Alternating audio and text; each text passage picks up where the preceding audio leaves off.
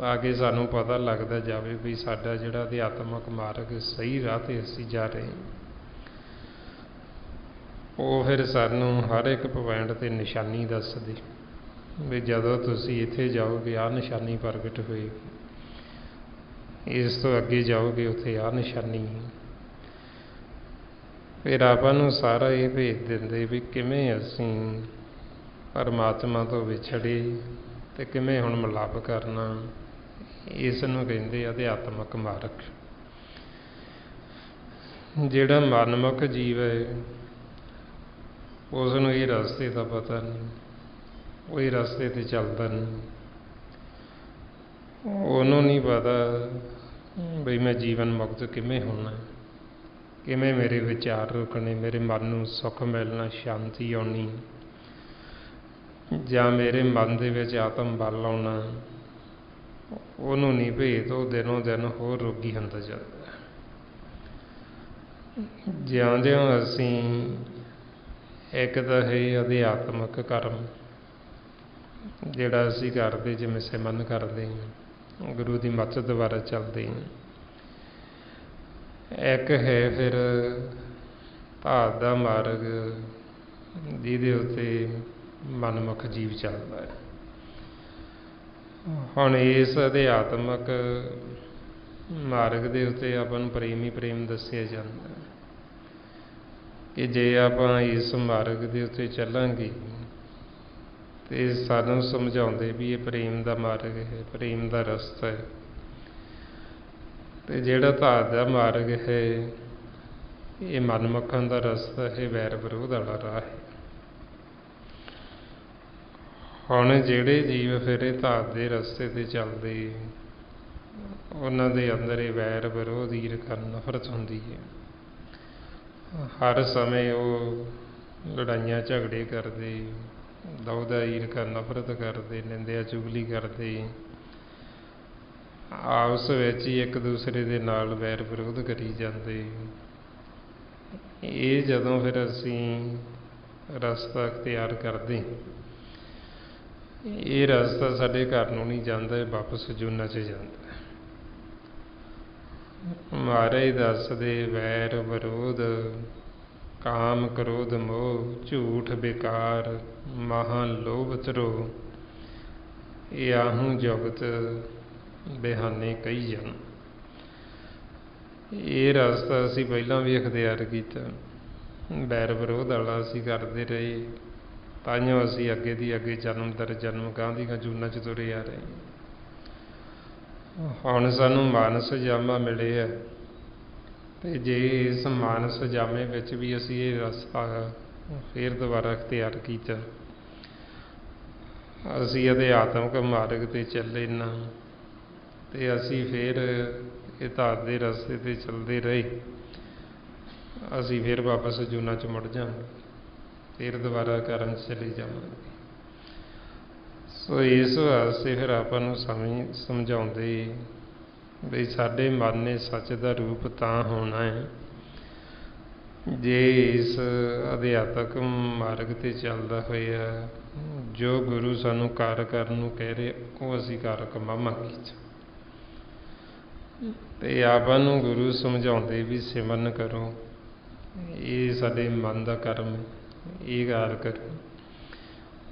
ਗੁਰ ਕਹਿਆ ਸਾਕਾਰ ਕਮਾਵੋ, ਗੁਰ ਕੀ ਕਰਨੀ ਕਾਹੇ ਧਾਵੋ।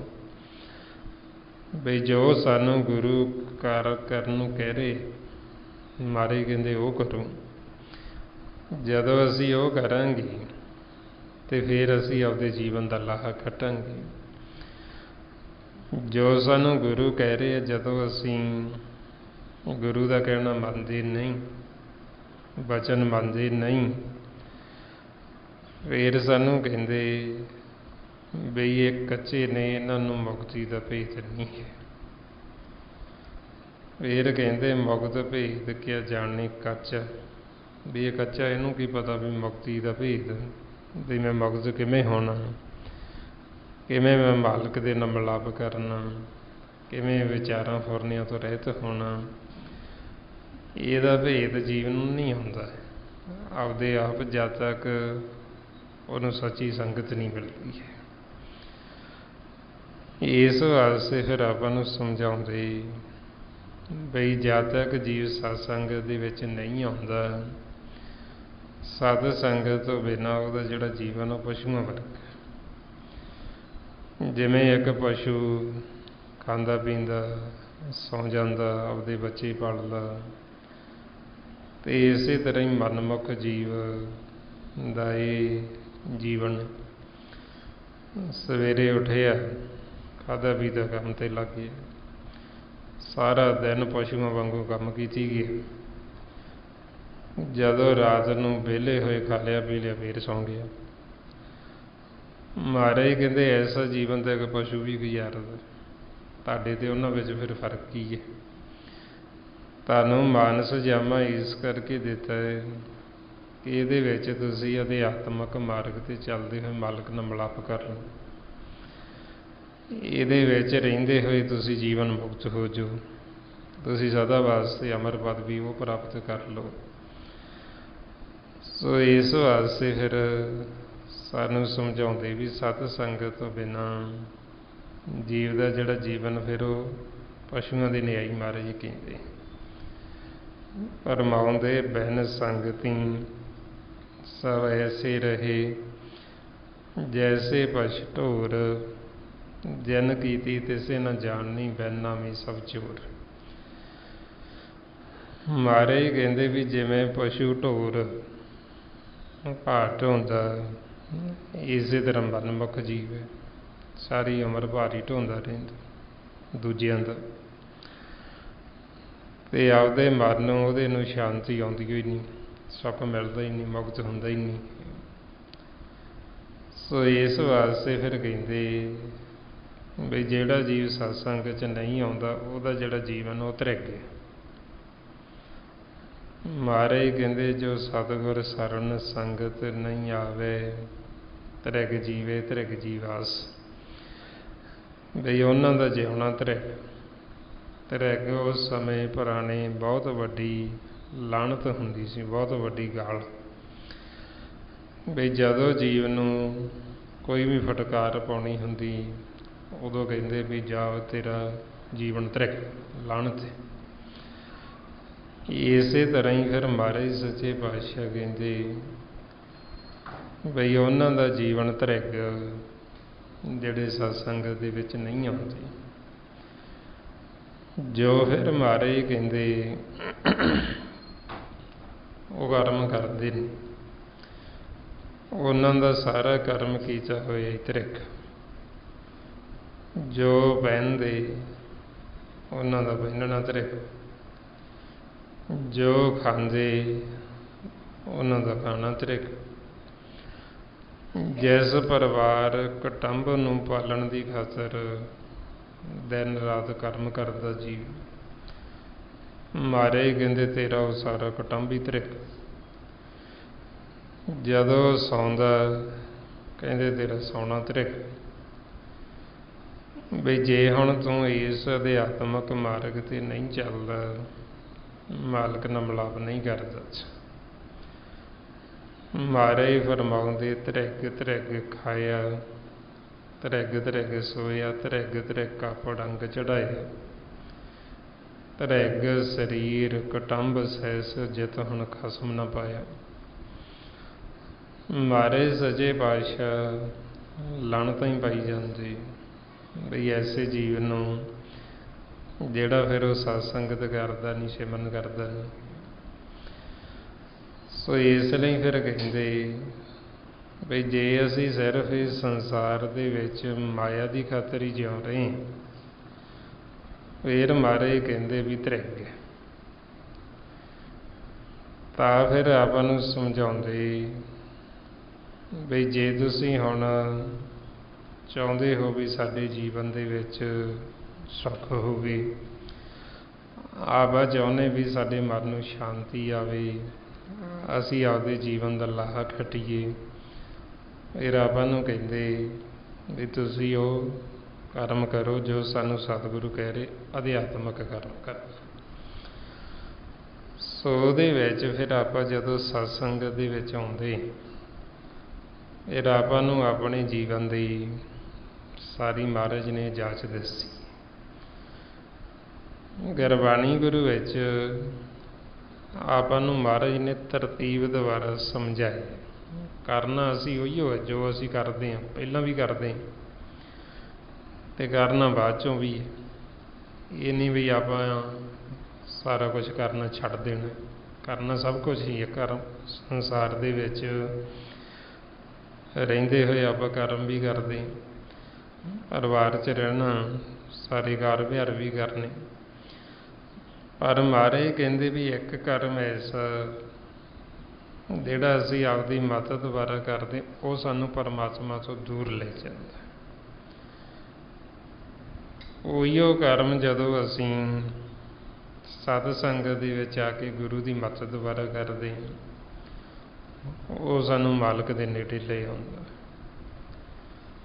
ਮਹਾਰਾਜ ਕਹਿੰਦੇ ਕਰਮੀ ਆਪੋ ਆਪਣੀ ਕੇ ਨੇੜੇ ਕੇ ਦੂਰ। ਵੀ ਇੱਕ ਕਰਮ ਜਿਹੜਾ ਅਸੀਂ ਆਪਦੀ ਮੱਤ ਦੁਆਰਾ ਪਹਿਲਾਂ ਕੀਤਾ, ਉਹ ਸਾਨੂੰ ਮਾਲਕ ਤੋਂ ਦੂਰ ਲੈ ਗਿਆ। ਅਸੀਂ ਸੰਸਾਰ ਦੇ ਵਿੱਚ ਜ਼ਿਆਦਾ ਅਹਿਮੀਅਤ ਕਰਮ ਨੂੰ ਦਿੱਤੀ, ਮਾਲਕ ਨੂੰ ਭੁੱਲ ਗਈ। ਅਤੇ ਕਰਮ ਨੂੰ ਅਸੀਂ ਇੰਨਾ ਦ੍ਰਿੜ ਕਰ ਲਿਆ ਵਿਚਾਰਾਂ ਨੂੰ, ਔਰਨਿਆਂ ਨੂੰ, ਕਿ ਅਸੀਂ ਮਾਲਕ ਤੋਂ ਵਿਛੜ ਗਏ, ਮਾਲਕ ਨੂੰ ਭੁੱਲ ਹੀ ਗਏ। ਇਸ ਲਈ ਮਹਾਰਾਜ ਕਹਿੰਦੇ ਕਿਰਤ ਕਰਮ ਕੇ ਵਿਛੜੇ, ਕਰ ਕਿਰਪਾ ਮੇਲੋ ਰਾਮ, ਚਾਰ ਕੁੰਠ ਦੇ ਦਿਸ ਭ੍ਰਮਈ, ਥਕ ਆਈ ਪ੍ਰਭ ਕੀ ਸ਼ਾਮ। ਵੀ ਜਦੋਂ ਅਸੀਂ ਸਾਰੀਆਂ ਦਿਸ਼ਾਵਾਂ ਵੱਲ ਸਾਡਾ ਮਨ ਘੁੰਮ ਕੇ ਆ ਜਾਂਦਾ, ਵੀ ਮੈਨੂੰ ਕਿਤੋਂ ਸ਼ਾਂਤੀ ਤਾਂ ਮਿਲੀ ਨਹੀਂ, ਸੁੱਖ ਤਾਂ ਮਿਲਿਆ ਨਹੀਂ, ਮੇਰੇ ਸ਼ਰਨ ਦੇ ਵਿੱਚ ਆਉਂਦਾ ਅਤੇ ਬੇਨਤੀ ਕਰਦਾ ਹੈ ਕਿ ਹੁਣ ਮੈਨੂੰ ਸੁੱਖ ਮਿਲੇ, ਸ਼ਾਂਤੀ ਆਵੇ। ਅਤੇ ਮਹਾਰਾਜ ਫਿਰ ਦੱਸਦੇ ਵੀ ਇਹ ਤਾਂ ਹੋਇਆ ਕਿਉਂਕਿ ਅਸੀਂ ਆਪਦੀ ਮੱਤ ਵਰਤੀ। ਫਿਰ ਆਪਾਂ ਨੂੰ ਸਮਝਾਉਂਦੇ ਵੀ ਜੋ ਵੀ ਕਰਮ ਕਰਨਾ, ਨਾਲ ਨਾਲ ਅਸੀਂ ਸਿਮਰਨ ਕਰਨਾ, ਸਿਮਰ ਸਿਮਰ ਹਰ ਕਾਰਨ ਕਰਨਾ। ਜਦੋਂ ਆਪਾਂ ਕੰਮ ਕਰਦੇ ਸੰਸਾਰ ਦਾ ਹੱਥਾਂ ਪੈਰਾਂ ਨਾਲ ਕਰਦੇ, ਮੁੱਖ ਦੁਆਰਾ ਨਾਲ ਨਾਲ ਆਪਾਂ ਸਿਮਰਨ ਕੀਤੀ ਜਾਣਾ। ਆਪਾਂ ਨੂੰ ਕਹਿੰਦੇ ਵੀ ਸੰਸਾਰ ਦੀਆਂ ਉਹ ਗੱਲਾਂ ਨਾ ਕਰੋ ਜਿਨ੍ਹਾਂ ਦਾ ਕੋਈ ਮਤਲਬ ਨਹੀਂ, ਕਿਸੇ ਹੋਰ ਦੀਆਂ ਗੱਲਾਂ ਨਾ ਕਰੋ, ਕਿਸੇ ਨਾਲ ਵੈਰ ਵਿਰੋਧ ਦੀ ਗੱਲ ਨਾ ਕਰੋ, ਕਿਸੇ ਦੀ ਨਿੰਦਿਆ ਨਾ ਕਰੋ, ਕਿਸੇ ਦੇ ਔਗਣ ਨਾ ਫਰੋਲੋ। ਬਈ ਤੁਸੀਂ ਇਹ ਜੋ ਕਰਦੇ ਹੋ, ਕੰਮ ਕਰਦੇ ਸੰਸਾਰ 'ਚ, ਹੁਣ ਜੀਵਨ ਨਾਲੇ ਕੰਮ ਵੀ ਕੀਤੀ ਜਾਂਦਾ, ਨਾਲੇ ਨਿੰਦਿਆ ਵੀ ਕੀਤੀ ਜਾਂਦੀ, ਨਾਲੇ ਵੈਰ ਵਿਰੋਧ ਵੀ ਕੀਤੀ ਜਾਂਦਾ। ਸੱਚੇ ਪਾਤਸ਼ਾਹ ਕਹਿੰਦੇ ਵੀ ਇਹ ਨਾ ਕਰੋ, ਉਹੀਓ ਤੁਸੀਂ ਸਿਮਰਨ ਕਰੋ। ਵੀ ਹੱਥਾਂ ਪੈਰਾਂ ਨਾਲ ਕੰਮ ਕਰਦੇ, ਮੁੱਖ ਦੁਆਰਾ ਨਾਲ ਨਾਲ ਮਾਲਕ ਦਾ ਨਾਂ ਜਪੋ। ਮਹਾਰਾਜ ਕਹਿੰਦੇ ਨਾਮਾ ਕਹੇ ਤਲੋਚਨਾ, ਮੁਖ ਤੇ ਰਾਮ ਸੰਭਾਲ, ਹਾਥ ਪਾਉ ਕਰ ਕਾਮ ਸਭ, ਚੀਤ ਨਿਰੰਜਨ ਨਾਲ। ਬਈ ਹੱਥਾਂ ਪੈਰਾਂ ਨਾਲ ਕਰਮ ਕਰੋ ਅਤੇ ਮੁੱਖ ਦੁਆਰਾ ਨਾਲ ਨਾਲ ਸਿਮਰਨ ਕਰੋ।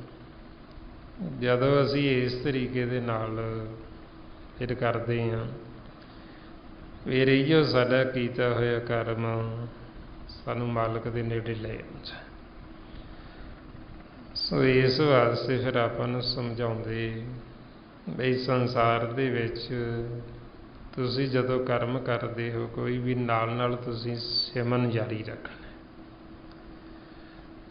ਬਈ ਜੋ ਵੀ ਅਸੀਂ ਕਰਮ ਕਰਦੇ ਉਹ ਅਸੀਂ ਸੁਭਾਅ ਬਣਾ ਲੈਣਾ ਮਨ ਦਾ, ਵੀ ਸਾਡਾ ਨਾਲ ਦੀ ਨਾਲ ਸਿਮਰਨ ਹੈ ਜਿਹੜਾ ਉਹ ਚੱਲੀ ਜਾਵੇ।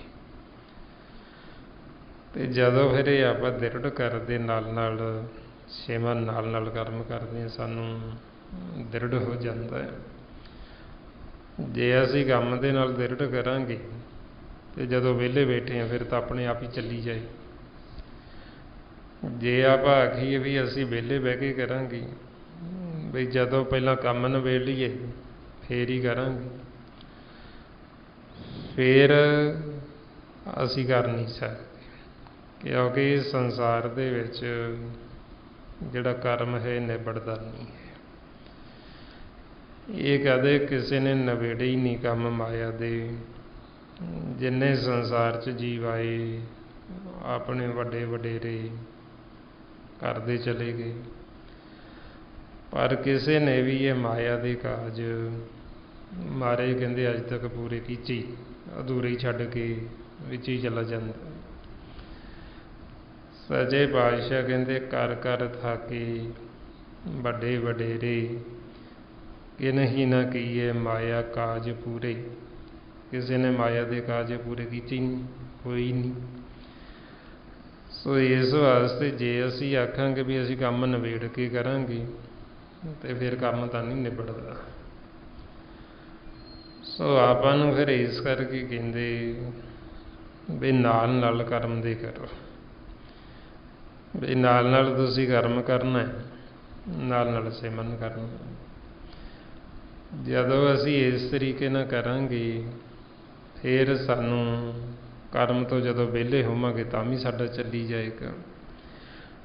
जे असी विहले बैठ के करांगे तो जदों काम करन लगे तो सानू फिर भुल जाएगा, फिर विसर जाएगा। इहो कारण सी पुराने समयां दे विच जीव घर बार छड्ड के जंगलों 'ਚ चले जाते। जंगलों जदों जाते उत्थे बैठ के कई साल तप करते रहंदे, अभ्यास करते रहंदे। जदों फिर उत्थों वापस आउंदे संसार दे विच परिवारां 'ਚ, वो जदों आउंदे इधर आके कर्म करना पैंदा तो फिर मन शांत हो जाता, फिर उन्होंने गुस्सा चढ़दा, फिर क्रोधी हो जाते। फिर गुरु नानक देव जी ने समझाया भी तुसी इस तरह नहीं करना, तुसी घर बार छड्ड के नहीं जाना, तुसी घर बार दे विच ही रहना, परिवारां 'ਚ ही रहना, ताकि नाले तो सानू नाल नाल साडी अवस्था पता लगदी रहिंदी भी किन्ना क साडे अंदर सहज आया, किन्नी क साडे अंदर सहनशीलता आई, किन्ना क असीं किसी दा कोई मारिया होया वचन सहन करते हैं, किन्ना क असीं सहारते। जे हुण असीं जाके ही बह गए जंगलों 'ਚ घर बार छड्ड के, उत्थे तो पता ही नहीं लगना आपां नूं। ते इस वास्ते फिर आपां नूं समझाउंदे पता तो उदों लगदा जिवें खिडारी है कोई, जदों ग्राउंड दे विच आएगा फिर ही पता लगना भी उहदा किन्ना क अभ्यास है, किन्ना क चंगा खिडारी है, की वो खेडदा।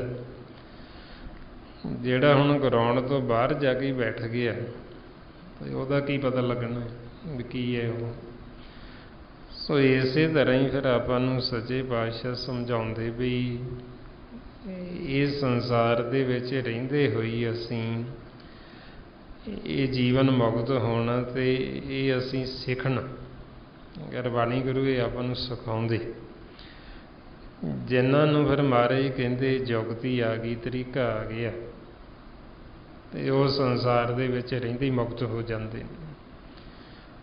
वो खांदे पहनदे संसार च कर्म करते, परिवार दे विच रहिंदे ही वो जीवन मुक्त ने। महाराज कहंदे नानक सतगुर भेटिया पूरी होवे जुगत, हसंदियां खिलंदियां पहनंदियां खवंदियां विचे होवे मुक्त। भी वो सारा कुछ करते हुए खांदे पहनदे हसदे विचे ही मुक्त ने, क्योंकि उन्होंने जुगती आ गई, तरीका आ गया ये संसार दे विच विचरण दा।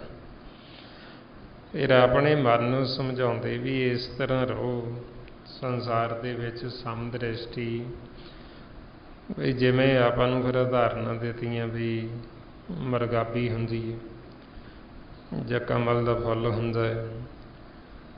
हुण मरगाबी है जिहड़ी वो छप्पड़ दे विच जांदी, पानी दे विच चुब्भी भी मारदी, उहदी खुराक है पानी 'ਚ।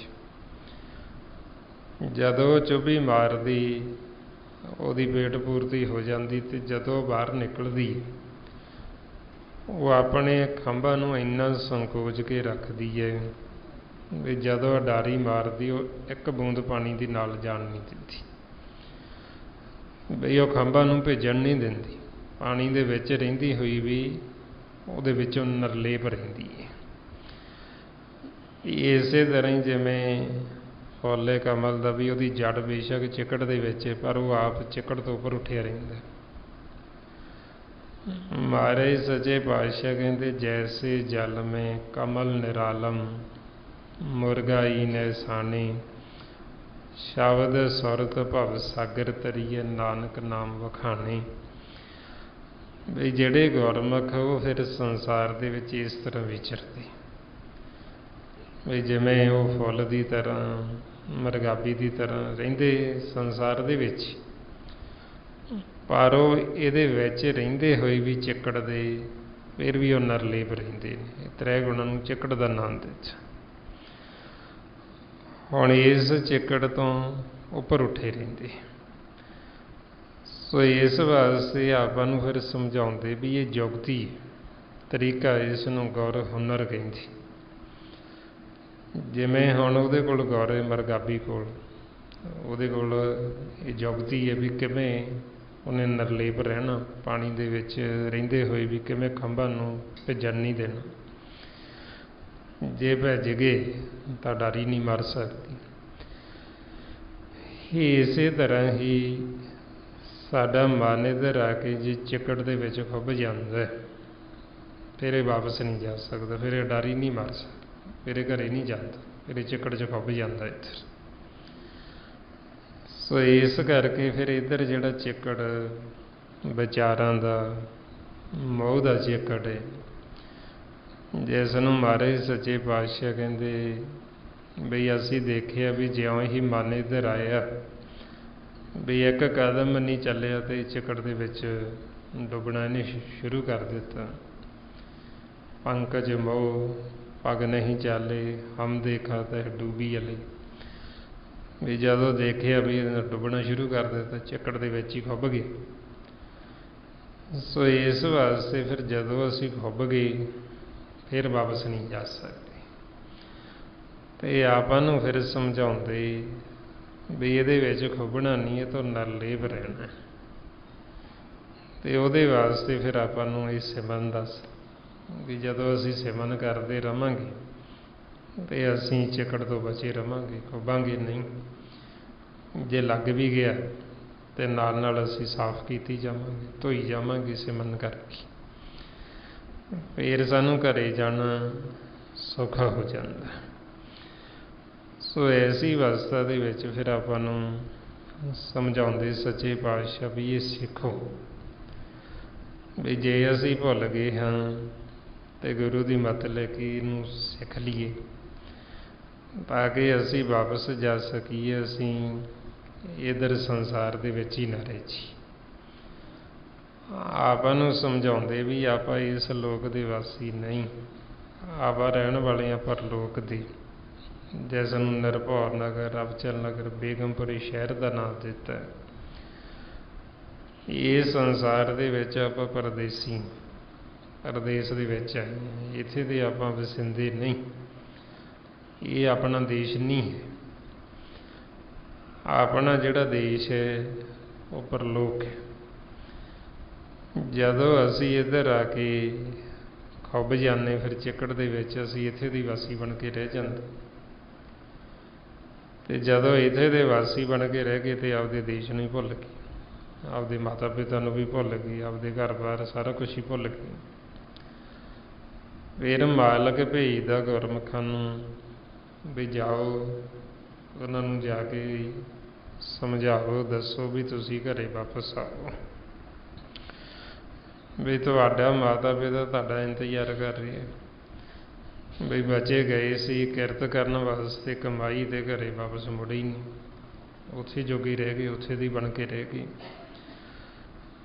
ਫਿਰ ਮਾਲਕ ਜੋ ਸਾਨੂੰ ਸਾਰਿਆਂ ਜੀਵਾਂ ਨੂੰ ਕਹਿਣਾ ਚਾਹੁੰਦਾ, ਸਾਡੇ ਮਨਾਂ ਨੂੰ, ਆਪਣੇ ਬੱਚਿਆਂ ਨੂੰ, ਫਿਰ ਉਹ ਗੁਰਮੁਖਾਂ ਦੇ ਮੁਖ ਰਾਹੀਂ ਮਾਲਕ ਦਾ ਜੋ ਸੰਦੇਸ਼ਾ ਉਹ ਫਿਰ ਆਪਣੀ ਭਾਸ਼ਾ 'ਚ ਆ ਕੇ ਆਪਾਂ ਨੂੰ ਦੱਸਦੇ ਵੀ ਸਾਡਾ ਮਾਤਾ ਪਿਤਾ ਸਾਨੂੰ ਕੀ ਕਹਿ ਰਿਹਾ ਸਾਰਿਆਂ ਨੂੰ। ਮਹਾਰਾਜ ਕਹਿੰਦੇ ਮੇਰੇ ਮਨ ਪਰਦੇਸੀ ਵੇ ਪਿਆਰੇ ਆਓ ਘਰੇ।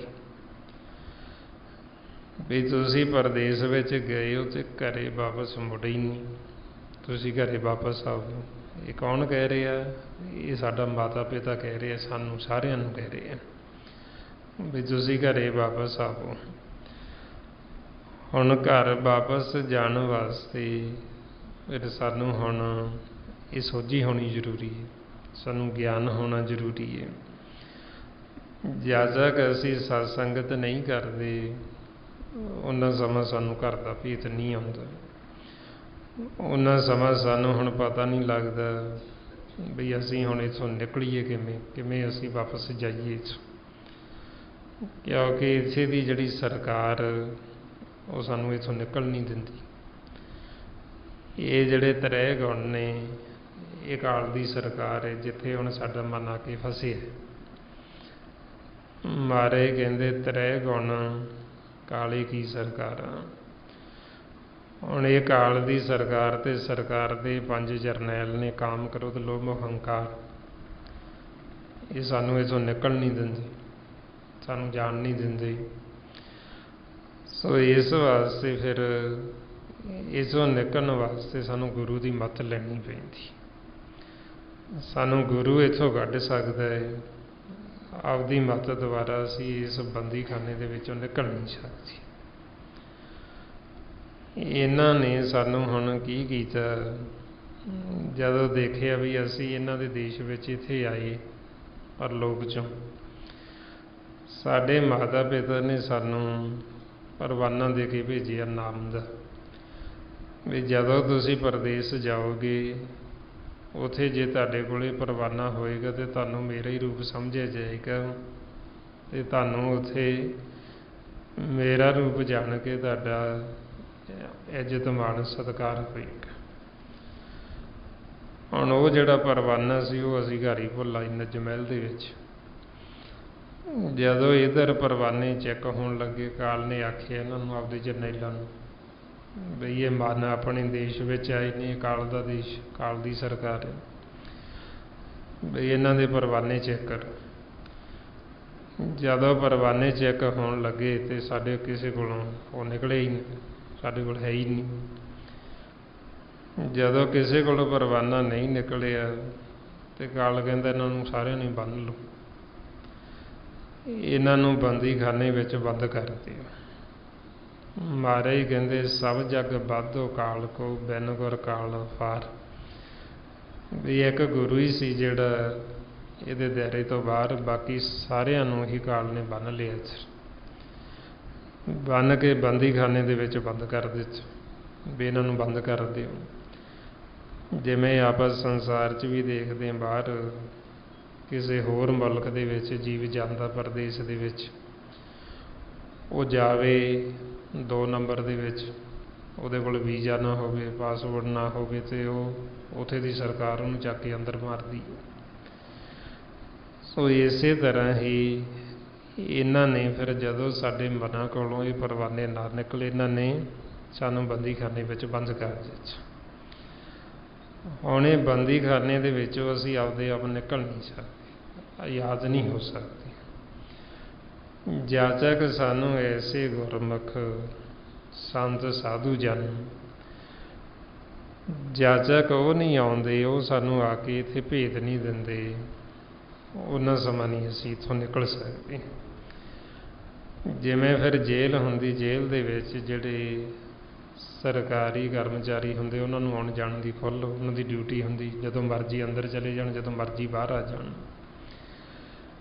ਇਸੇ ਤਰ੍ਹਾਂ ਹੀ ਫਿਰ ਜਿਹੜੇ ਮਾਲਕ ਦੇ ਸੰਤ ਸਾਧੂ ਗੋਲੇ, ਉਹ ਮਾਲਕ ਦੇ ਨੌਕਰ ਚਾਕਰ, ਉਹਨਾਂ ਨੂੰ ਆਉਣ ਜਾਣ ਦੀ ਖੁੱਲ੍ਹ ਹੈ। ਜਦੋਂ ਮਰਜ਼ੀ ਇੱਧਰ ਆ ਜਾਣ ਬੰਦੀਖਾਨੇ ਵਿੱਚ, ਜਦੋਂ ਮਰਜ਼ੀ ਉਹ ਬੰਦੀਖਾਨੇ 'ਚੋਂ ਫਿਰ ਬਾਹਰ ਚਲੇ ਜਾਣ, ਜਦੋਂ ਮਰਜ਼ੀ ਆਪਦੇ ਘਰ ਚਲੇ ਜਾਣ, ਜਦੋਂ ਮਰਜ਼ੀ ਇਸ ਲੋਕ 'ਚ ਆ ਜਾਣ। ਉਹਨਾਂ ਵਾਸਤੇ ਦਰ ਸਦਾ ਖੁੱਲ੍ਹੇ ਨੇ, ਉਹਨਾਂ ਲਈ ਕੋਈ ਦਰ ਬੰਦ ਨਹੀਂ ਹੈ। ਇਸ ਲਈ ਮਹਾਰਾਜ ਕਹਿੰਦੇ ਪੁੱਛੋ ਜਾਏ ਪਦਾਊਆਂ, ਚੱਲੇ ਚਾਕਰ ਹੋਏ, ਰਾਜਨ ਜਾਣਨ ਆਪਣਾ ਦਰ ਘਰ ਠਾਕ ਨਾ ਹੋਈ। ਉਹ ਆਪਣੇ ਰਾਜਨ ਨੂੰ, ਮਾਲਕ ਨੂੰ ਜਾਣਦੇ, ਉਹਨਾਂ ਦੇ ਦਰ ਸਦਾ ਖੁੱਲ੍ਹੇ, ਤੇ ਫਿਰ ਉਹ ਸਾਨੂੰ ਇੱਥੋਂ ਕੱਢ ਸਕਦੇ। ਉਹ ਸਾਨੂੰ ਫਿਰ ਇਹ ਬੰਦੀ ਖਾਨੇ ਦੇ ਵਿੱਚ ਆ ਕੇ ਫਿਰ ਉਹ ਗਿਆਨ ਦਿੰਦੇ, ਸੋਝੀ ਦਿੰਦੇ, ਸਮਝਾਉਂਦੇ ਆਪਾਂ ਨੂੰ। ਫਿਰ ਉਹ ਬੰਦੀ ਦੇ ਅੰਦਰ ਹੀ ਸਾਨੂੰ ਬੰਦਗੀ 'ਤੇ ਲਾ ਦਿੰਦੇ, ਮਾਲਕ ਦੀ ਸਿਫਤ ਸਲਾਹ ਦੇ ਉੱਤੇ ਲਾ ਦਿੰਦੇ ਨੇ। ਤਾਂਹੀਓ ਮਹਾਰਾਜ ਕਹਿੰਦੇ ਬੰਦੀ ਅੰਦਰ ਸਿਫਤ ਕਰਾਵੇ ਤਾਂ ਕੋ ਕਹੀਏ ਬੰਦਾ। ਬਈ ਉਹ ਸਾਨੂੰ ਬੰਦੀ ਖਾਨੇ ਦੇ ਵਿੱਚ ਹੀ ਮਾਲਕ ਦੀ ਸਿਫਤ ਸਲਾਹ ਕਰਨ ਦੇ ਉੱਤੇ ਲਾ ਦਿੰਦੇ, ਸਾਨੂੰ ਸਿਮਰਨ ਦੇ ਉੱਤੇ ਲਾ ਦਿੰਦੇ। ਇਹ ਆਪਾਂ ਨੂੰ ਸਮਝਾਉਂਦੇ ਵੀ ਇਹਨਾਂ ਨੇ ਸਾਨੂੰ ਇੱਥੇ ਬੰਦ ਕੀਤਾ ਹੋਇਆ, ਅਤੇ ਬੰਦ ਵੀ ਇਸ ਤਰੀਕੇ ਨਾਲ ਕੀਤਾ ਵੀ ਸਾਨੂੰ ਭਰਮ ਪੈ ਗਏ ਹੈ। ਹੁਣ ਹੈ ਅਸੀਂ ਇਹਨਾਂ ਦੇ ਗੁਲਾਮ ਹਾਂ, ਅਤੇ ਇਹਨਾਂ ਦੀ ਖਾਤਰ ਅਸੀਂ ਮੰਗਦੇ ਫਿਰਦੇ ਹਾਂ। ਇਹਨਾਂ ਨੇ ਸਾਨੂੰ ਆਪਦੇ ਨੌਕਰ ਬਣਾ ਲਿਆ, ਚਾਕਰ ਬਣਾ ਲਿਆ, ਇਹਨਾਂ ਨੇ ਸਾਨੂੰ ਆਪਦੇ ਗੁਲਾਮ ਬਣਾ ਲਿਆ, ਅਤੇ ਗੁਲਾਮ ਬਣਾ ਕੇ ਸਾਤੋਂ ਫਿਰ ਭੀਖ ਮੰਗਾਉਂਦੇ ਨੇ, ਸਾਨੂੰ ਮੰਗਤੇ ਬਣਾ ਦਿੰਦੇ। ਹੁਣ ਬਣਾਇਆ ਤਾਂ ਸਾਡੇ ਮਨ ਨੂੰ ਰਾਜਾ ਸੀ, ਮਾਲਕ ਨੇ ਆਪਦਾ ਰੂਪ ਦੇ ਕੇ ਭੇਜਿਆ, ਪਰ ਇੱਧਰ ਆ ਕੇ ਰਾਜੇ ਨੂੰ ਇਹਨਾਂ ਨੇ ਬੰਦ ਕਰ ਲਿਆ ਬੰਦੀਖਾਨੇ 'ਚ, ਅਤੇ ਇਹਨਾਂ ਨੇ ਭਿਖਾਰੀ ਬਣਾ ਦਿੱਤਾ, ਮੰਗਤਾ ਬਣਾ ਦਿੱਤਾ। ਹੁਣ ਮੰਗਤਾ ਬਣਿਆ ਹੋਇਆ, ਇਹਨਾਂ ਦੀ ਖਾਤਰ ਮੰਗਦਾ ਫਿਰਦਾ, ਪੰਜਾਂ ਦੀ ਖਾਤਰ ਮੰਗਦਾ, ਆਪਦੀ ਖਾਤਰ ਨਹੀਂ ਮੰਗਦਾ। ਹੁਣ ਇਹ ਸੰਸਾਰ ਦੀਆਂ ਜਿਹੜੀਆਂ ਸੁੱਖ ਸਹੂਲਤਾਂ ਦੁਨਿਆਵੀ, ਇਹਨਾਂ ਵਾਸਤੇ ਮੰਗਦਾ, ਤਨ ਵਾਸਤੇ, ਤਨ ਵੀ ਇਹਨਾਂ ਦਾ ਅਤੇ ਸੁੱਖ ਸਹੂਲਤਾਂ ਵੀ ਇਹਨਾਂ ਦੀਆਂ ਹੀ। ਮਨ ਦੇ ਵਾਸਤੇ ਇੱਧਰ ਕੋਈ ਸੁੱਖ ਸਹੂਲਤ ਨਹੀਂ ਹੈ। ਮਨ ਦਾ ਭੋਜਨ ਵੱਖਰਾ, ਮਨ ਦੀ ਖੁਰਾਕ ਵੱਖਰੀ, ਮਨ ਦਾ ਨਹਾਉਣਾ ਧੋਣਾ ਇਸ਼ਨਾਨ ਕਰਨਾ ਉਹ ਵੱਖਰਾ, ਮਨ ਵਾਸਤੇ ਜਿਹੜਾ ਦਾਰੂ ਦਵਾਈ ਉਹ ਵੱਖਰੀ, ਜਾਣੀ ਦੇ ਮਨ ਵਾਸਤੇ ਸਾਰਾ ਕੁਛ ਵੱਖਰਾ, ਇਹ ਤਨ ਵਾਸਤੇ ਸਰੀਰ ਵਾਸਤੇ ਵੱਖਰਾ। ਹੁਣ ਇਹਨੂੰ ਆਪਦਾ ਨਾ ਗਿਆਨ ਹੋਣ ਕਰਕੇ ਆਪਦੇ ਵਾਸਤੇ ਤਾਂ ਮੰਗਦਾ ਹੀ ਨਹੀਂ, ਦੂਜਿਆਂ ਵਾਸਤੇ ਹੀ ਮੰਗੀ ਜਾਂਦਾ। ਸੋ ਐਸੀ ਅਵਸਥਾ ਦੇ ਵਿੱਚ ਫਿਰ ਇਹਨੂੰ ਗਿਆਨ ਦਿੱਤਾ ਜਾਂਦਾ, ਇਹਨੂੰ ਸਮਝਾਇਆ ਜਾਂਦਾ ਬਈ ਤੇਰੀ ਸੁੱਧ ਬੁੱਧ ਮਾਰੀ ਹੋਣ ਕਰਕੇ ਤੂੰ ਤਾਂ ਆਪਦੇ ਵਾਸਤੇ ਨਹੀਂ ਮੰਗਦਾ। ਫਿਰ ਇਹਨੂੰ ਸਿਮਰਨ ਅਭਿਆਸ ਜਦੋਂ ਕਰਾਇਆ ਜਾਂਦਾ, ਨਾਲ ਨਾਲ ਆਪਾਂ ਨੂੰ ਸ਼ਬਦ ਦੀ ਵਿਚਾਰ ਸੁਣਾਉਂਦੇ, ਫਿਰ ਸਾਡੇ ਮਨ ਦਾ ਜ਼ਹਿਰ ਲੱਥਣਾ ਸ਼ੁਰੂ ਹੁੰਦਾ, ਸਾਨੂੰ ਥੋੜ੍ਹੀ ਥੋੜ੍ਹੀ ਹੋਸ਼ ਆਉਂਦੀ। ਜਿਉਂ-ਜਿਉਂ ਸਾਡੇ ਮਨ ਨੂੰ ਹੋਸ਼ ਆਉਂਦੀ, ਫਿਰ ਇਹਨੂੰ ਪਤਾ ਲੱਗਦਾ ਵੀ ਮੈਂ ਬਣਿਆ ਕੀ ਫਿਰਦਾ, ਵੀ ਮਾਲਕ ਨੇ ਮੈਨੂੰ ਬਣਾਇਆ ਰਾਜਾ, ਅਤੇ ਮੈਂ ਕਿਉਂ ਮੰਗਤਾ, ਕਿਉਂ ਭਿਖਾਰੀ ਬਣਿਆ ਫਿਰਦਾ। ਫਿਰ ਇਹ ਚਾਹੁੰਦਾ ਵੀ ਹੁਣ ਮੈਂ ਵਾਪਸ ਰਾਜਾ ਬਣਨਾ, ਵੀ ਮੈਂ ਘਰ ਜਾਵਾਂ ਵਾਪਸ, ਅਤੇ ਘਰ ਜਾ ਕੇ ਰਾਜ ਸੰਭਾਲਾਂ। ਫਿਰ ਇਹ ਅਵਸਥਾ ਇਹਦੀ ਉਦੋਂ ਬਣਦੀ ਜਦੋਂ ਫਿਰ ਇਹਨੂੰ ਗਿਆਨ ਹੁੰਦਾ, ਫਿਰ ਇਹ ਘਰ ਬੈਠਦਾ ਨਿੱਜ ਮਹਿਲ ਦੇ ਵਿੱਚ। ਨਿੱਜ ਮਹਿਲ ਸਾਡੇ ਮਨ ਵਾਸਤੇ ਬਣਾਇਆ, ਰਾਜੇ ਵਾਸਤੇ ਸਪੈਸ਼ਲ ਮਹਿਲ, ਅਤੇ ਇਹਦੇ ਮਹਿਲ ਦੇ ਵਿੱਚ ਸਾਰੀਆਂ ਸੁੱਖ ਸਹੂਲਤਾਂ ਪਈਆਂ। ਮਨ ਰਾਜੇ ਵਾਸਤੇ ਮਾਲਕ ਨੇ ਸਾਰਾ ਪ੍ਰਬੰਧ ਕੀਤਾ ਹੋਇਆ ਇਹਦੇ ਮਹਿਲ ਦੇ ਵਿੱਚ। ਮਨ ਦਾ ਜਿਹੜਾ ਭੋਜਨ ਰੱਖਿਆ ਅੰਮ੍ਰਿਤ ਮਹਿਲ ਦੇ ਵਿੱਚ। ਸਾਡੇ ਘਰ ਦੇ ਵਿੱਚ ਵੀ ਮਨ ਰਾਜਾ ਕਦੇ ਉਦਾਸ ਨਾ ਹੋਵੇ, ਦਿਨ ਰਾਤ ਅਨਹਦ ਵਾਜੇ, ਸੰਗੀਤਕ ਧੁਨਾਂ ਵੱਜਦੀਆਂ ਰਹਿੰਦੀਆਂ ਨੇ। ਮਹਿਲ ਦੇ ਵਿੱਚ ਕਦੇ ਹਨੇਰਾ ਨਹੀਂ ਹੁੰਦਾ, ਉੱਥੇ ਬ੍ਰਹਮ ਜੋਤ ਦਾ ਪ੍ਰਬੰਧ ਕੀਤਾ, ਪ੍ਰਕਾਸ਼ ਹੀ ਰਹਿੰਦਾ ਸਦਾ। ਉੱਥੇ ਮੌਸਮ ਦੇ ਵਿੱਚ ਕੋਈ ਤਬਦੀਲੀ ਨਾ ਆਵੇ, ਮਨ ਰਾਜਾ ਸਦਾ ਆਨੰਦ 'ਚ ਰਵੇ, ਸਦਾ ਹੀ ਇਹਦੇ ਘਰ ਦੇ ਵਿੱਚ ਅੰਮ੍ਰਿਤ ਦੀ ਵਰਖਾ ਹੁੰਦੀ ਰਹਿੰਦੀ। ਮਹਾਰਾਜ ਕਹਿੰਦੇ ਝਿਮ ਝਿਮ ਵਰਸੇ ਅੰਮ੍ਰਿਤ ਧਾਰਾ, ਮਨ ਪੀਵੇ ਸੁਣ ਸ਼ਬਦ ਵਿਚਾਰ। ਜਾਣੀ ਦੀ ਮਨ ਨੂੰ ਜਿੰਨੀਆਂ ਵੀ ਸੁੱਖ ਸਹੂਲਤਾਂ ਚਾਹੀਦੀਆਂ ਸਾਰੀਆਂ ਇਹਦੇ ਮਹਿਲ ਦੇ ਵਿੱਚ ਮਾਲਕ ਨੇ ਪਹਿਲਾਂ ਹੀ ਰੱਖੀਆਂ ਹੋਈਆਂ। की रखिया महाराज दस दे सुख सागर, सुर धर काम धीन वस जाके, चार पदार्थ अष्ट दशा सिद्ध नौनिध कर तल ताके।